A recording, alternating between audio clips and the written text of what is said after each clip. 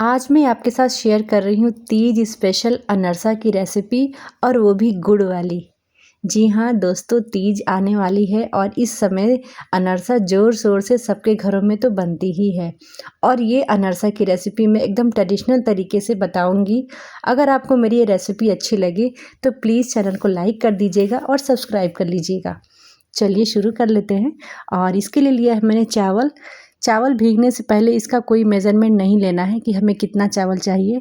आप अपने हिसाब से चावल जितना भी हो सके, कम से कम 3 कप मैंने चावल इसमें भिगो दिए थे। और चावल को ना मैंने 2 रात भिगा के रखा है, 2 रात और 1 दिन।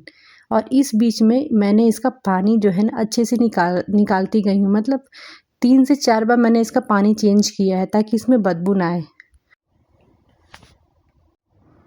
अब इसे किसी बड़े से छन्ने में निकाल कर इसका एक्स्ट्रा पानी है वो निकाल लेंगे।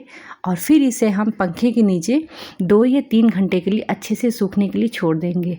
बस इसका हमें पानी सुखाना है, यानी इसका मॉइस्चर हमें ख़त्म करना है।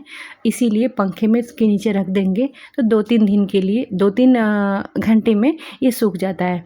और अगर आपके अच्छी धूप है तो आप इसे धूप में आधे घंटे रख दीजिएगा, लेकिन ज़्यादा धूप नहीं दिखाइएगा, नहीं तो अनरसा अच्छे नहीं बनते हैं। इसे छाँव में ही सुखाया जाता है। तो इस तरह से मैंने सूती कपड़े के ऊपर या किसी भी टॉवल के ऊपर आप इसे छोड़ दीजिए 3 घंटे के लिए। अब देखिए ये चावल एकदम अच्छे से सूख चुका है, बिल्कुल भी पानी नहीं है, मॉइस्चर नहीं है। लेकिन हाँ, अगर आपको अभी बनाना है तो आप पीस करके तुरंत बनाइए। और अगर आपके पास समय नहीं है तो आप इसका पाउडर बना करके पाउडर को फ्रिज में रख दीजिए, क्योंकि बाहर रखेंगे ना तो ख़राब होने के चांसेस हैं। क्योंकि जो चावल है कई दिनों से भीग रहा था और इसे अच्छी धूप नहीं दिखाई है हमने। अब इसे पीस लेंगे, एकदम बारीक पीसना है और छान लेंगे ताकि जो मोटे वाले चावल हैं हम उनको फिर से पीस लें। तो बारी बारी करके मैंने 2 या 3 बैचेस में इनको पीस लिया। और देखिए ये सूजी के दाने जैसे मोटे चावल निकल रहे थे, उसको फिर से मैं उसी जार में डाल के पीस ले रही थी। देखिए कितना फाइन पाउडर बना है ना। ऐसा ही हमें अनरसा के लिए चावल पीसना है। इस तरह से 3 बैचेस में मैंने ये चावल को पीस लिया और इसे अच्छे से छान लेंगे ताकि इसमें अगर कुछ ऐसा हो तो वो भी निकल जाता है। और जो मोटे वाले चावल हैं वो हम निकाल के अलग रख लेंगे। उसे आप चाहें तो सूजी का हलवा बनाते हैं उसमें मिक्स कर दीजिए, या फिर आप इसे चावल बनाते हैं उसमें डाल दीजिए। बस इतना ही निकला है, ज़्यादा नहीं है, क्योंकि इसको अगर मैं डाल दूँगी ना तो फिर अनरसे हो सके तो अच्छे नहीं बनेंगे। अब यहाँ पे करना है, अच्छा एक नाप लेना है। देखिए अगर आप कोई भी नाप ले रहे हैं ना तो कटोरी, गिलास जो भी, उसी से सारा नाप लेना है। तो मैं इससे 2 कप ये चावल का आटा ले रही हूँ। तो पहले नाप लेती हूँ कि मेरा आटा है ही कितना। तो मैंने जब नापा ना तो 2 कप ये चावल का आटा निकला भी। तो देखिए 1 कप मैंने पहले रख दिया और दूसरा ये, तो 2 कप ये चावल का आटा हो गया। और जितना आटा होता है ना उसके आधा गुड़ डालना होता है। और ये जो गुड़ है ये देसी वाला गुड़ है, क्योंकि देसी गुड़ की पहचान होती है वो थोड़ा काला होता है। बहुत लोगों को काला गुड़ पसंद नहीं है, लेकिन अगर आपको अच्छा कोई चीज़ बनाना है तो देसी गुड़ का इस्तेमाल कीजिए, सेहत के लिए भी बहुत अच्छा होता है। तो 1 कप हमने गुड़ ले लिया है और 1 कप गुड़ में 1.5 कप पानी डालना है।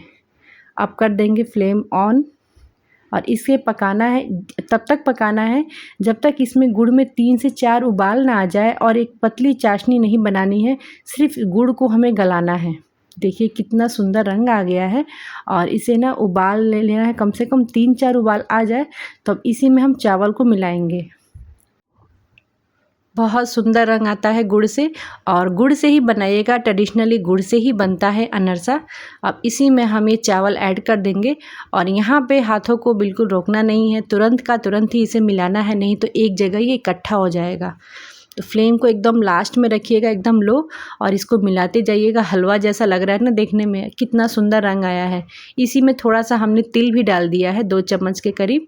और अब एकदम सूख चुका है इसका पानी। अब चेक कर लेते हैं। देखिए हाथों से ऐसे बनाएं तो गोली बन रही है, लेकिन काफ़ी गर्म है। तो अब ऐसे एक थाली में निकाल लेंगे। अभी तक कोई तेल घी कुछ नहीं लगा इसमें, बहुत ही इजी तरीका है। और सिर्फ चावल और गुड़ से बनने वाली ये मिठाई इतनी अच्छी लगेगी आप सोच भी नहीं सकते। आप क्या करेंगे, इसकी छोटे छोटे हमें पेड़े बना लेने हैं।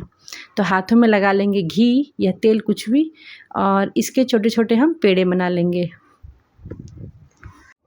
चाहे तो आप छोटी छोटी गोलियां भी बना सकते हैं, लेकिन मैं जो तरीका बता रही हूँ एकदम से ट्रेडिशनल तरीका ऐसे ही बनता है। हाथ से चपटा कर लेंगे और फिर इसके ऊपर जो तिल है ना, तिल की कोटिंग कर लेंगे और इस तरह से एक्स्ट्रा तिल है वो हम निकाल लेंगे। और तिल की कोटिंग करते हुए मैंने सारे बना लिए थे। आप चाहें तो 3-4 बना करके तलते जाइए, फिर दूसरा बैच बनाते जाइए, या फिर एक साथ बना के रख लीजिए और फिर इसको तलिए। बहुत जल्दी तैयार हो जाता है। लेकिन जो ये काम करना है ना बनाने वाला, ये जो पेड़े हैं ये आपको गरम गरम में ही करना है। ठंडे हो जाएंगे ना तो चावल सूख जाता है, एकदम कड़क हो जाता है, इसलिए थोड़ा गरम में ही इसको बनाते जाइएगा। आप कर लेते हैं तेल चेक हमारा कितना गरम है। तेल बहुत गरम भी नहीं होना चाहिए और ठंडा भी नहीं होना चाहिए, मीडियम में एक एक करके आप डाल दीजिए। तो एक साथ 3-4 मैंने डाल दिए और अभी ना स्टार्टिंग में फ्लेम एकदम लो ही रखना है। थोड़ी देर बाद फ्लेम को हाई करके फिर इसे तल लेंगे। बहुत जल्दी जल्दी ये बन के तैयार हो जाता है और रंग इतना सुंदर आएगा ना कि देख के मन खुश हो जाता है। इसको बहुत सुंदर रंग आता है एकदम गुड़ की वजह से। वैसे तो गुड़ से ही बनाना है, लेकिन अगर गुड़ आपको पसंद नहीं है तो आप इसकी जगह चीनी भी ले सकते हैं, लेकिन गुड़ से टेस्ट भी अच्छा आता है और देखने में भी बहुत सुंदर लगता है। तो देखिए ये जो अनरसे हैं ना ये मेरे तैयार हो गए हैं। और अगर आपको अनरसे का अच्छा टेस्ट चाहिए तो आप अनरसा उस दिन मत खाइए, जैसे आज आपने बनाया तो एटलीस्ट आप 5-6 घंटे बाद इसको खाइए या अगले दिन खाइए। फाइनली देखिए अनरसा जो है हमारा बनके तैयार हो गया है। और एक अनरसा मैं आपको तोड़ के दिखाती हूँ अंदर से कितना बढ़िया बना है। इसको आप स्टोर करके करीबन 15 से 20 दिन तक खा सकते हैं, बिल्कुल ये ख़राब नहीं होता है। चलिए मैं आपको एक अनरसा तोड़ के दिखाती हूँ। देखिए कितना ऊपर से ना कड़क और अंदर से सॉफ्ट। देखिए कितने अच्छे बने हैं। मावा वाले भी बनते हैं, मावा वाला जो अनरसा होता है ना वो जल्दी ख़राब हो जाता है।